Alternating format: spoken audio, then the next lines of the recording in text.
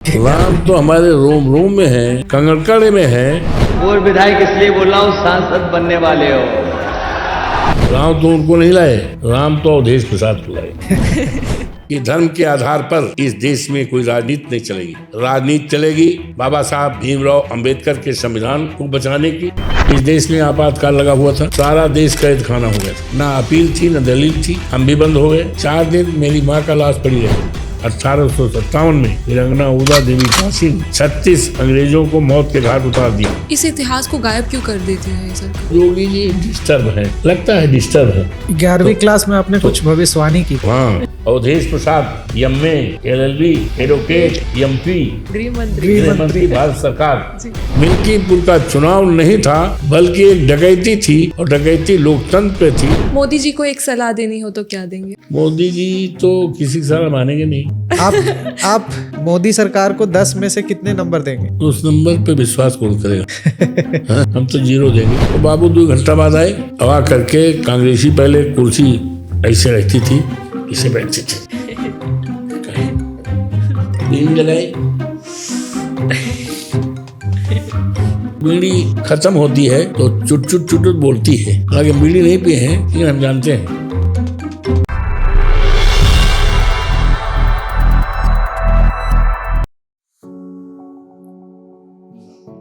अवधेश प्रसाद जी, आपने हमें अपना समय दिया, इसके लिए बहुत बहुत शुक्रिया। आप 9 बार MLA रह चुके हैं और आप भारत के सबसे पढ़े लिखे नेताओं में से एक हैं। आपने मास्टर्स किया, LLB किया, और यहीं से मैं इस एपिसोड की शुरुआत करना चाहती हूँ कि जो नेता दलित पिछड़े समाज से आते हैं उनको एक पर्टिकुलर पर्सपेक्टिव में ये देश देखता है कि ये केवल जातिगत राजनीति करना जानते हैं। लेकिन आपकी जो इंटेलिजेंस है और जो आपकी बौद्धिक क्षमता है, क्या आपको लगता है कि ये बात RSS और BJP को बहुत चुभती है? क्योंकि एक तरह से कहा जा सकता है कि अगर अयोध्या की इलेक्शंस को हम देखें तो आपने रिजर्व कैटेगरी से होकर भी जनरल में टॉप किया। मैं आपके प्रति बहुत ही आभारी हूँ कि आपने मेरे सरकारी आवास नई दिल्ली यहाँ पर आकर मेरे बारे में, मेरी शिक्षा के बारे में देशवासियों को बताने का काम किया है। मैं आपके प्रति बहुत ही आभारी हूँ। I will be very grateful. Thank you. 54 Faizabad Lok Sabha जो अयोध्या में है, एक बहुत ही चर्चित सीट। लोकसभा के चुनाव के पहले देश के लोगों की निगाहें इस सीट पे लगी थी। बिल्कुल, ये सामान्य सीट है, और इस सामान्य सीट पर माननीय अखिलेश जी ने मुझे टिकट देकर, और वहाँ के देवतुल्य मतदाताओं ने, जनता जनार्दन ने हमको जिताने का काम किया। और जब हम चुनाव जीत गए, फैजाबाद अयोध्या जनपद के सांसद हो गए, तो पूरे देश और दुनिया में चर्चा है। केवल 2 तरह की चर्चा है। एक चर्चा है कि अवधेश प्रसाद अयोध्या जनपद की बहुत चर्चित सीट पर जीते कैसे। और दूसरी चर्चा है कि भारतीय जनता पार्टी हारी कैसे। जबकि उन्होंने अपना ये रखा था कि हमने मंदिर बनवाया है जी। जबकि सही बात अगर कही जाए तो मंदिर भारतीय जनता पार्टी ने नहीं बनवाया। मंदिर तो फिलहाल अभी अपूर्ण है, अभी अधूरा है, और मंदिर तो माननीय सुप्रीम कोर्ट के निर्देश से हुआ। जी बिल्कुल, बनना शुरू। जी। कोई भी सरकार देश प्रदेश में होती, माननीय उच्चतम न्यायालय के आदेश का अनुपालन करना होता, तो उसी में तो इन्होंने कहा। दूसरी बात इन्होंने कही कि हम प्रभु राम को लाए हैं, उंगली पकड़ के लाए हैं।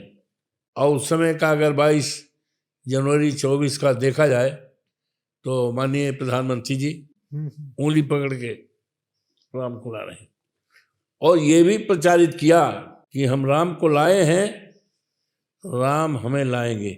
हाँ। जबकि इस बात को कोई भी यकीन और विश्वास नहीं करेगा कि राम को लाने वाले ये लोग हैं। बिल्कुल बिल्कुल। राम तो बहुत पहले आए हैं, त्रेता युग से। वाल्मीकि रामायण पहले लिखा गया है। दैविक दैविक भौतिक तापा, राम राज काहू न व्यापा। ये तो बहुत पहले लिखा गया है। और ये कहते हैं माननीय प्रधानमंत्री नरेंद्र मोदी जी कि हम राम को लाए हैं, नोबडी विल बिलीव। तो ये भी विश्वास था कि हम राम को लाए हैं, राम हमें लाएंगे। लेकिन दांव उल्टी पड़ गई। राम तो उनको नहीं लाए, राम तो अवधेश प्रसाद को लाए। राम तो अवधेश प्रसाद को लाए। और हम तो बहुत ही लकी अपने को मानते हैं, भाग्यशाली कि अयोध्या जनपद में मेरा जन्म हुआ। और मेरे बाबा जो दुनिया में नहीं, ग्रैंडफादर, उनका नाम राम नेवल। अच्छा। मेरे भाई जो आज दुनिया में नहीं है, उनका नाम राम अवध। मेरे मामा का नाम परशुराम। मेरे ससुर का नाम, फादर इन लॉ का नाम राम सेवक। तो और मेरे पिताजी का नाम दुखी राम। तो राम तो आपके राम तो हमारे रोम रोम में है, कनकन में है, कंगड़कड़े में है। और ये भारतीय जनता पार्टी वाले जो राम की बात करते हैं, तो इनके हजारों नेताओं को नाम ले लीजिए, ये इनके नाम के आगे, नाम के पीछे, नाम के बीच में कहीं पर राम नहीं है, चाहे पता लगा लो। सही हो। क्या माननीय प्रधानमंत्री नरेंद्र मोदी के नाम के आगे पीछे राम है? क्या गृह मंत्री के नाम के आगे पीछे राम है? जी नहीं। क्या उत्तर प्रदेश के मुख्यमंत्री योगी आदित्य, माननीय योगी जी के नाम के आगे राम है? क्या राजनाथ जी जो है उनके नाम के है? तो भारतीय जनता पार्टी के किसी नेता को चश्मा लगा कर ढूंढो, दूरबीन लगा कर देखो, उनके नाम के आगे पीछे कहीं राम नहीं है। हम अपने को सौभाग्यशाली मानते हैं, मेरे ग्रैंडफादर से लेकर पिता और भाई तक राम है। तो राम तो हमारे रोम रोम में है। और राम की कृपा से हम 9 बार के विधायक हुए, 6 बार के मंत्री हुए। मेरे खिलाफ जो लोकसभा में चुनाव लड़ा था, हार उसकी नहीं है, हार भारतीय जनता पार्टी की विचारधारा की है। देवतुल्य जनता जनार्दन ने इस बात का संदेश पूरे देश और दुनिया में दिया है कि धर्म के आधार पर इस देश में कोई राजनीति नहीं चलेगी। राजनीति चलेगी बाबा साहब भीमराव अंबेडकर के संविधान को बचाने की। और देश में जातीय जनगणना, जब तक इस देश में जातीय जनगणना नहीं होगा, तब तक लोगों को मुनासिब ढंग से आरक्षण नहीं मिलेगा, सहभागिता नहीं मिलेगी। आपने सोशलिस्ट आइडियोलॉजी से कभी कॉम्प्रोमाइज नहीं किया? नहीं कि नेवर। तो और अन्याय अत्याचार इतना बढ़ रहा है, आज सबसे ज्यादा अन्याय अत्याचार जी इस प्रदेश और देश में दलितों के, समाज के कमजोर लोगों पर। जहाँ से हम चुनाव जीते हैं, संसदीय क्षेत्र है, मंदिर से हार्डली 5 किलोमीटर की दूरी पे है सहनवा गांव। एक लड़की का रेप हुआ था और लास्ट एक 22 साल की बेटी, उसके साथ क्या क्या हुआ है, उसको सारे वस्त्र उतार दिए गए थे। ये बेटी बैठी है, इससे हम नहीं कुछ कह पा रहे हैं, हमें कहना भी नहीं चाहिए। तो ये सीता और सावित्री का देश है, मर्यादा पुरुषोत्तम राम की धरती है। वहाँ पर हमारी एक बेटी के साथ, और उसको नंगा करके, उसको वो करके लटा दिया जाए। सर, ये देश दलित बहुजन महिलाओं को सीरियसली क्यों नहीं लेता है? ये तमाम घटनाएं डे बाय डे रोजाना बढ़ती जा रही हैं। और सरकार में बैठे हुए लोगों का इस पर ध्यान नहीं है, या जानबूझ पर ऐसे मुद्दे छेड़ने का काम करते हैं जिससे उस मुद्दे की चर्चा हो जी। और हमारी समस्याएं, हमारी कमियां, हमारी कमजोरी, हमारी जो वीकनेस है, हमारे वीकनेस और हमारी कमजोरी पर लोगों का ध्यान न जाए, उस पर लोग चर्चा न करें, इसलिए नए नए सगुफा छोड़ देते हैं। एक सवाल यह है कि आपका जो प्रारंभिक जीवन था, जो अर्ली लाइफ था, वो कैसा था? आपकी क्यों पॉलिटिक्स में आए आप? देखिए, ऐसा है, हमारे माँ बाप पढ़े लिखे नहीं थे, और मेरा जन्म जो है 31 जुलाई 1945 माना जाता है। अच्छा, माना इसलिए जाता है कि हमारे गांव में एक पंडित पाटीश्री तिवारी थे, उनका लड़का जो है विद्याधर तिवारी, जी तो वो पढ़े लिखे थे, पंडित थे, वो कुंडली खुद बनाते थे दूसरे का अपना का, तो अपने बेटे का कुंडली बनाया था, तो वो 31 जुलाई उसी दिन हम पैदा हुए थे, जी तो उसी आधार पर मेरा भी माना गया कि 31 जुलाई 45 है, हम गांव में पैदा हुए थे। उस समय गांव में कहीं सड़कें नहीं थी और गांव में छुआछूत रहता था जी और बड़े पैमाने पर उत्पीड़न होता था। यहाँ तक कि लोग मजदूरी करते थे तो 4 आना मजदूरी देते थे। 4 आना आप समझ नहीं पाएंगे, 4 आना क्या है? 4 एक आना रुपए 1 रुपए से एक कम रुपए का है। 1/4, हैं? 1/4 of 1 रुपये का 1/4, 98 आधा और 4 आना 4 आना चलता था, 25 तो पैसे। 4 आना मजदूरी, जी और भी मजदूरी नहीं भी देते थे, बेगार लेते थे। बेगारी। That is criminal. बेगार। या बेगार होता है, काम कराइए, उसके उसमें जो पैसा होता मजदूरी होता है न दीजिए, जैसे आप रिक्शे बैठ के आइए और पैसा ना और दीजिए। उतर लीजिए, जी तो रिक्शा वाला मांग रहा है, आप उतर चले आए, हमारे बगल में घुस गए, जी तो जी एक बेगार हो गई। बिल्कुल। तो इस तरह का बेगार हुआ था, छुआछूत होती थी, अन्याय अत्याचार बहुत बड़े पैमाने पर। और जब मैं पढ़ता था, बीए वगैरह में हो गया, तो मेरे बारे में लोग सोचते थे, जी उस समय बीए एमए देहात में पढ़ना बड़ा कठिन था, बहुत कठिन था। मेरे बारे में लोग कहते थे। जब हम एमए में हो गए जी तो लोग कहने लगे डीएम हो गए, जी और मैं आता था गांव तो सूट पहनकर, जी वहाँ कानपुर में भल्ला टेलर्स के यहाँ हम्म। सूट था, फ्लेक्स का जूता पहन के, टाई, जी तो बहुत ठाट बाट से आता था, जी तो लोग समझते थे ये डीएम हो गए हैं। और हमारे पास कहते थे, भैया हमार फलाने खूंटा उखाड़ दीन, हमारे घर पे खाई डाल दिया, जी गड्ढा खोद दिया, हमारा खाद उठा ले गए, हमसे मजूरी कराइन, जी हमसे पैसा नहीं दीन, हमको मारू दीन, थाना पर गए तो वहाँ से भगा दिया गया। जी ब्लॉक में हमारी मशीन मंजूर हुई थी, फलाने जो है ले लिया, दस्तखत करा लिया, तो ये अत्याचार होता था। और मेरे पास धीरे धीरे धीरे धीरे धीरे बड़े पैमाने पर भीड़ आने लगी। उनको विश्वास था कि ये जो बात कहेंगे जी दरोगा भी मानेगा, बीडीओ भी मानेगा, जी और ये गुंडे जो गांव के लोग बड़े लोग सताते हैं, जी भैया के पास जाएंगे तो हमें राहत मिले। जो स्कूल में हम प्राइमरी पढ़ते थे, प्राइमरी पाठशाला अगथुआ, वो स्कूल गिर गया था, खपरेल का था, कच्ची दीवार गिर गया था, वो लड़के उस पर जाते थे, वो बैठता था कबूतर, तो कबूतर को ढेला मारते थे। तो हम तो पढ़ने वाले स्टूडेंट, हम तो पढ़ते थे तेज थे, लेकिन मेरे मन में आया कि किसी दिन हमारे हाथ में ताकत आएगी तो इस स्कूल को हम बढ़िया बनवाएंगे, फर्स्ट क्लास। जी प्रारंभिक प्रारंभ 11 दर्जे में हुए, आर्ट इंटर कॉलेज में। 11वीं क्लास में आपने कुछ भविष्यवाणी की थी? तो हाँ, वजीफा वजीफा माँ, स्कॉलरशिप। अपने मामी के यहाँ हम रहते थे, मामा के यहाँ, थाना रोनाही के पास शेखपुर गांव है।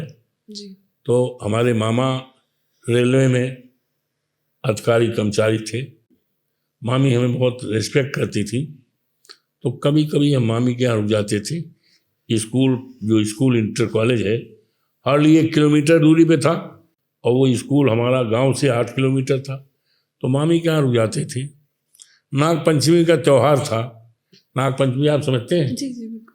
वो त्यौहार में मामी के यहाँ से 1 गिलास गाय का दूध और थोड़ा चना और गेहूं की गुगरी खा कर गए। मामी ने कहा भैया जाओ वजीफा पर दस्तखत करा लो, और बेटा जल्दी आ जाना। हम कहें मामी आ जाएंगे।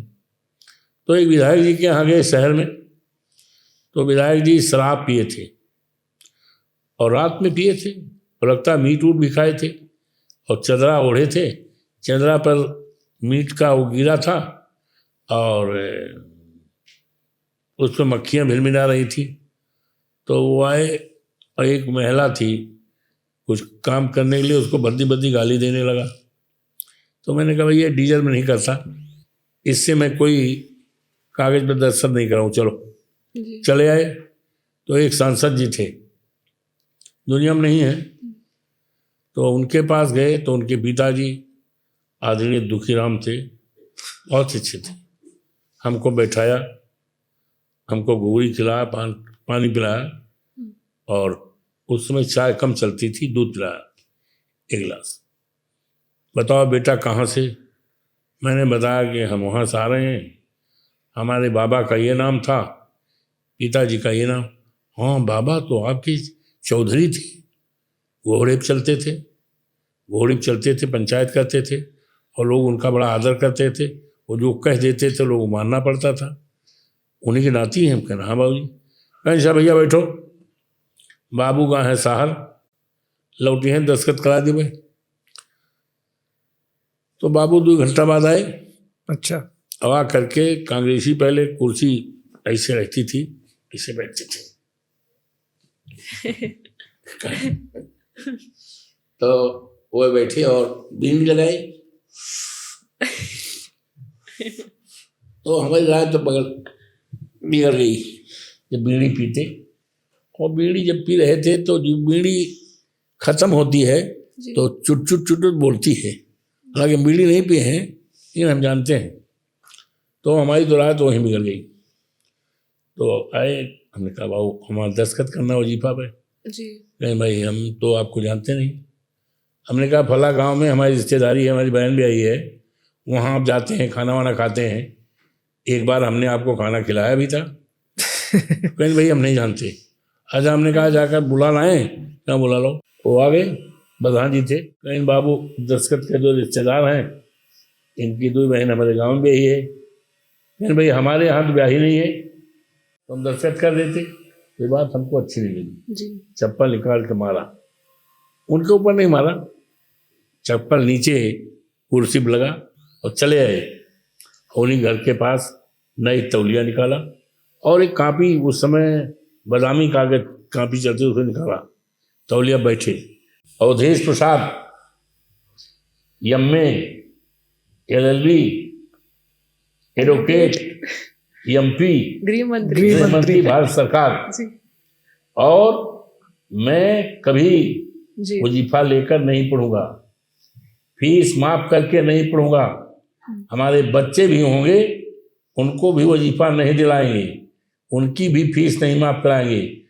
फीस दे करके बगैर वजीफा के बच्चों को पढ़ाएंगे। अवधेश प्रसाद। तो प्रभु की कृपा से गृह मंत्री तो नहीं हुए, लेकिन उस समय 11 दर्जन थे, 11 दर्जन थे ना 11th में।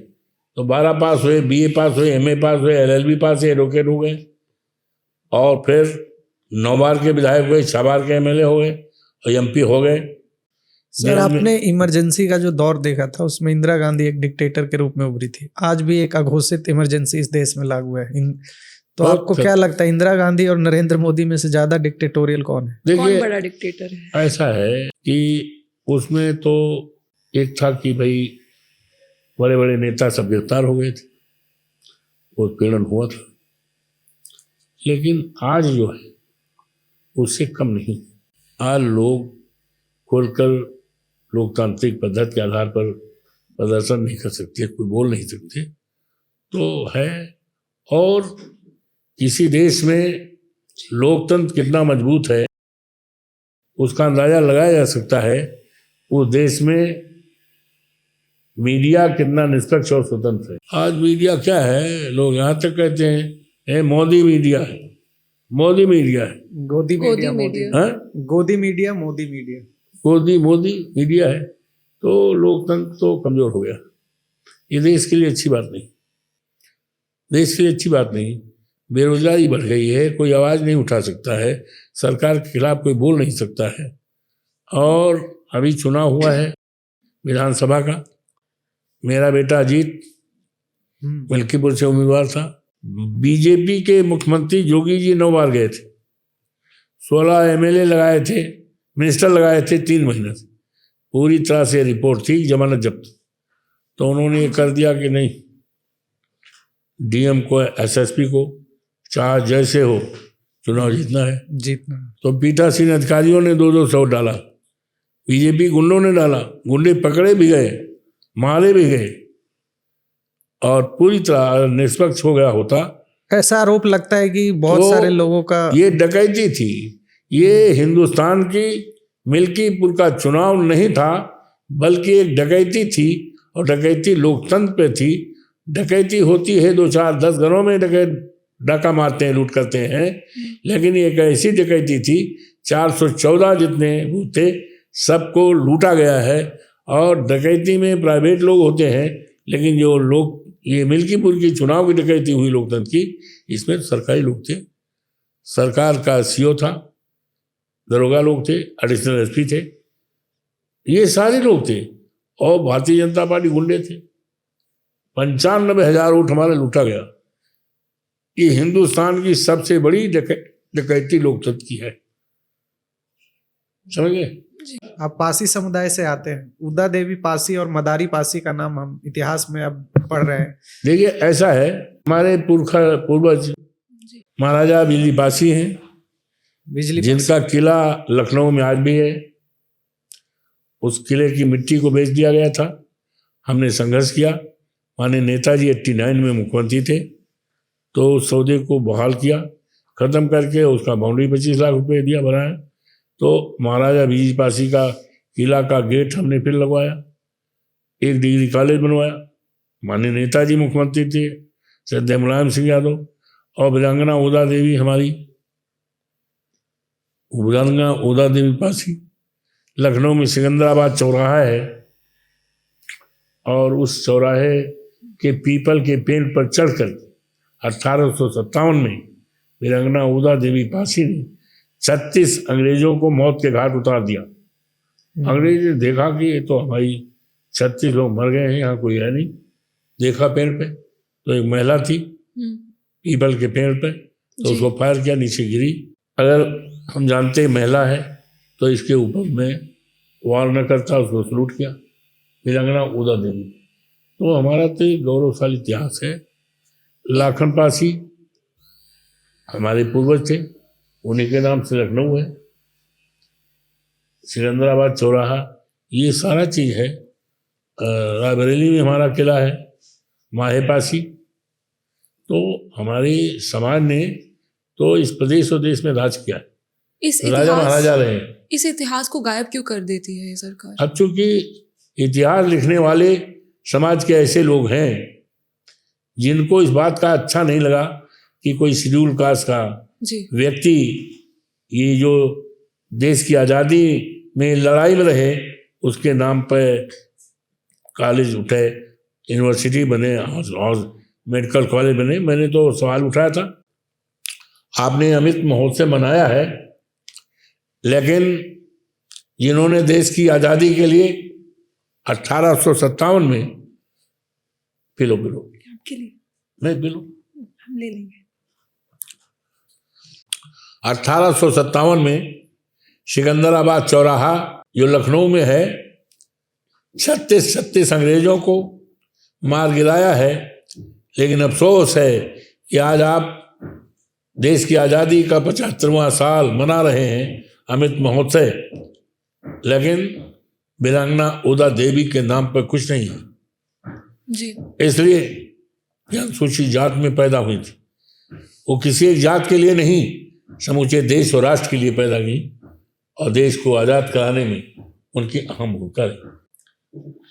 ये सरकार दलित बहुजन आदिवासी जो पॉपुलेशन है इस कंट्री का, उसे हिंदू मानती है, लेकिन इंसान नहीं मानती। ये हमको बार बार दिखाई देता है जब दलित बहुजन महिलाओं का रेप होता है, आवाज़ नहीं उठाई जाती, ना बीजेपी। जहाँ तक मैं समझ पाया हूँ अब तक, भारतीय जनता पार्टी में जो है वो हिंदू है, और हिंदू होते हुए भी अगर भारतीय जनता पार्टी में नहीं है तो उसको हिंदू से बाहर मानते हैं।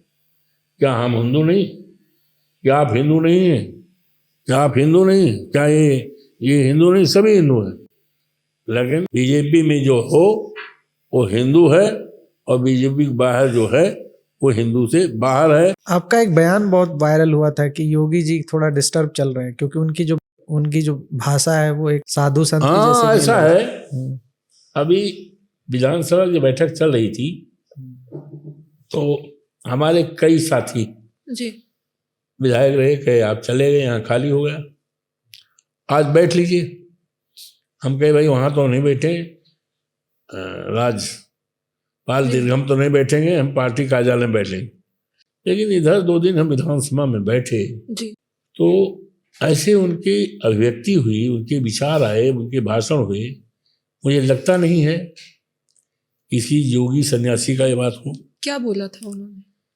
अरे ये समाजवादी पार्टी के लोग सुअर की बात करते हैं, गिद्ध हैं, गिद्ध की बात करते हैं, इस तरह। और उर्दू जो है ये देश की भाषा नहीं है, तो इस तरह बात बोलते थे और ख़ास तौर से समाजवादी पार्टी पर आक्षेप करते थे। जी तो मैंने कहा इनके विचारों को 2 दिन मैंने सुना, ये किसी योगी सन्यासी जी साधु की तो भाषा नहीं की भाषा या विचारधारा भाषा नहीं हो सकता है। और ऐसा प्रदेश उत्तर प्रदेश, इसका एक गौरवशाली इतिहास है। जी गंगा जमुनी संस्कृत है। इस देश को 6 प्रधानमंत्री दिया है। हमारे देश के प्रधानमंत्री मौजूदा माननीय नरेंद्र मोदी जी उत्तर प्रदेश के हैं। तो ऐसे बड़े प्रदेश जहाँ गंगा जमुनी संस्कृत हो और बड़ा प्रदेश हो, गौरवशाली इतिहास हो, उस प्रदेश के मुख्यमंत्री की भाषा ये नहीं लगती। गिद्ध की भाषा, सुअर की भाषा और उर्दू जबान के बारे में ये ऐसा लगता है कि योगी बाबा इसमें डिस्टर्ब चल रहे हैं। और डिस्टर्ब भी चल रहे हैं कि महाकुंभ बड़ा जोर शोर प्रचार किया है। हाँ। और महाकुंभ में करोड़ों रुपए खर्च भी सरकारी स्टेकर से खारिज हुआ, निकाला गया। इंतजाम कुछ नहीं, इस बदइंतजामी के जिम्मेदार इनकी सरकार है, इनके अधिकारी हैं। जो सरकारी पैसा आया, लूटपाट हुआ, बंदरबाट हुआ और नतीजन असंख्य लोग मरे हैं। चारों तरफ सवाल उठ रहे हैं।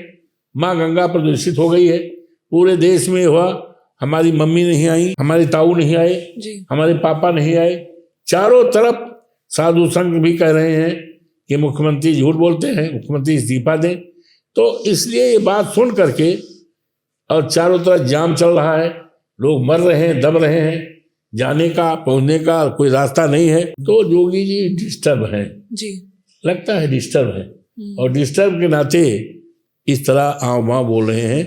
ये जो उनके भाषण हैं किसी साधु सन्यासी के, किसी योगी महात्मा के साधु नहीं है, उत्तर प्रदेश के मुख्यमंत्री की विचारधारा नहीं लगती है।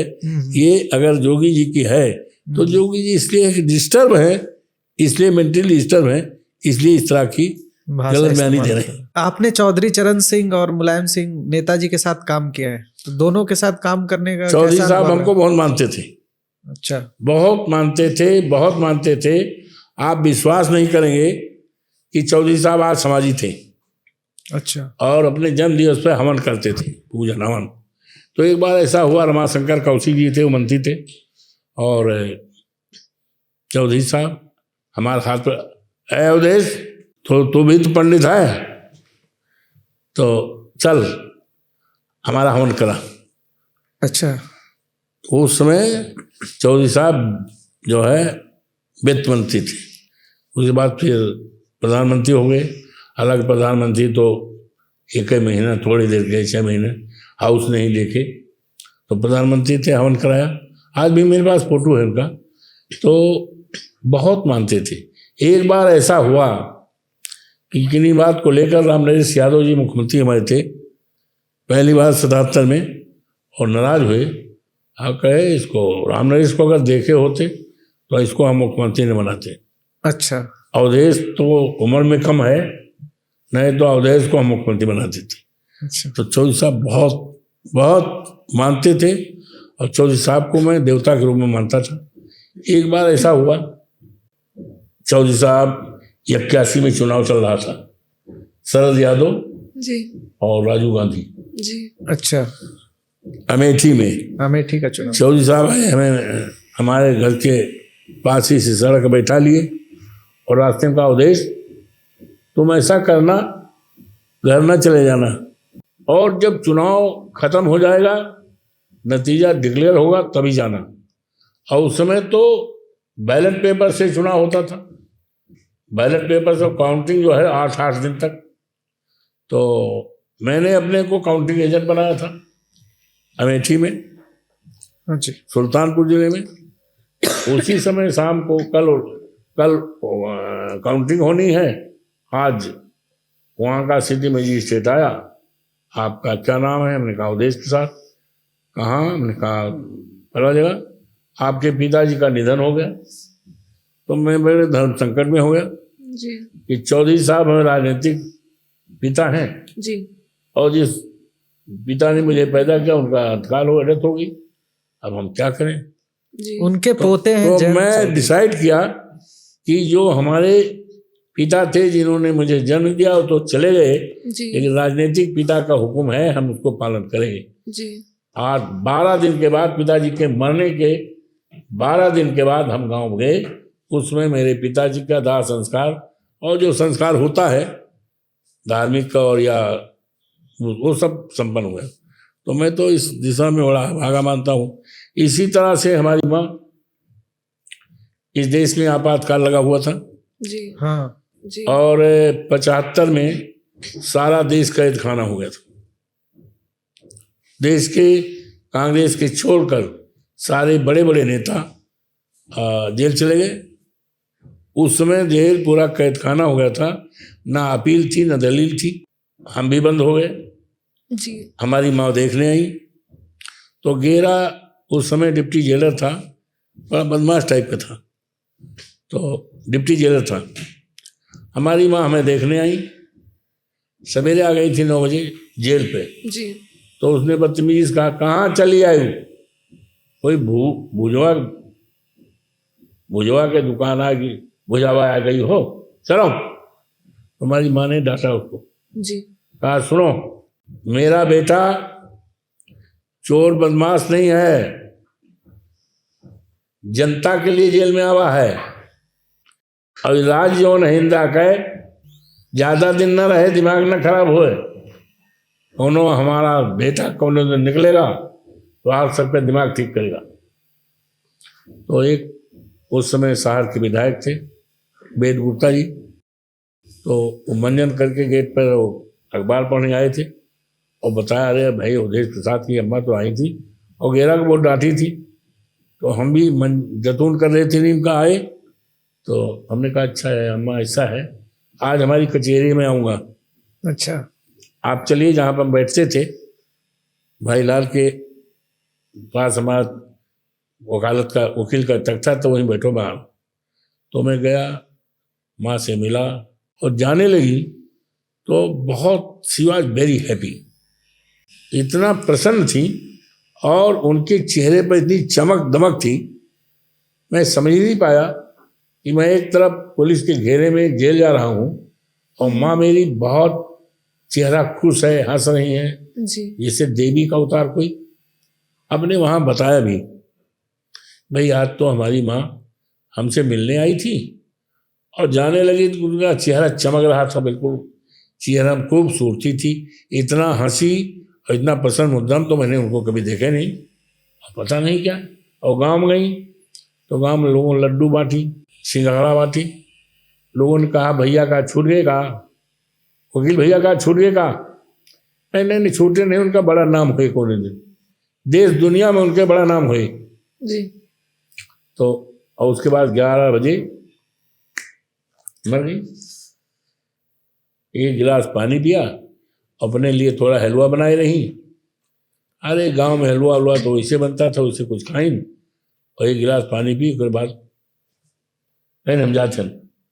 सुबह हमारे पास बाबू राम यादव आए, कहने आज ही मर गए। हमें क्यों वो झूठ बोल रहे जी, कल यहाँ हंसत गई है, आज मर गई, हम माफ़ी नहीं मांगेंगे, जाओ।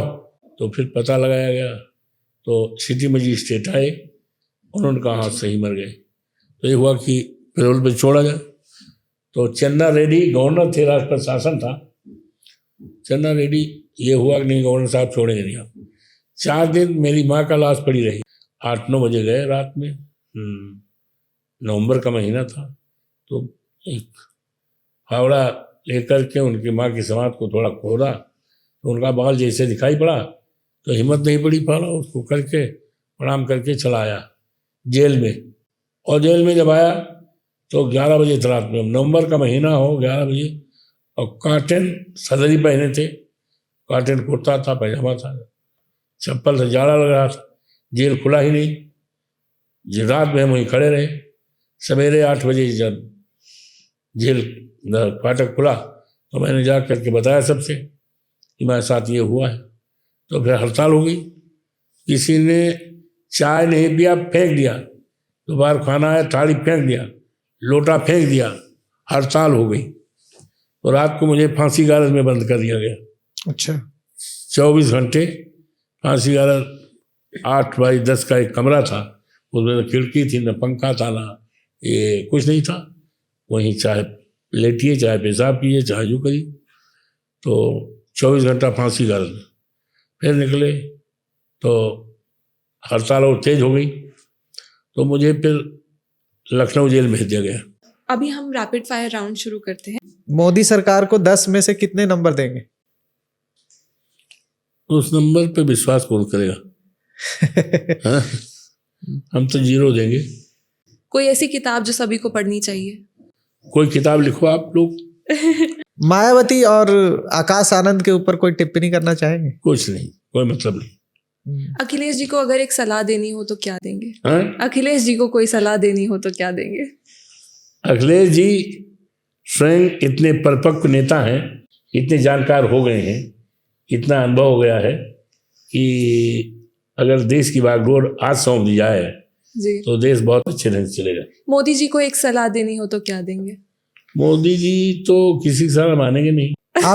आप मोदी जी अपने तो लड़के स्वयं अजीत सिंह जी जो मिल्कीपुर से चुनाव हार गए, उनका आने वाला जो भविष्य है कैसा देखते हैं? बहुत उज्जवल है। अच्छा अच्छा। योगी जी के लिए एक शब्द।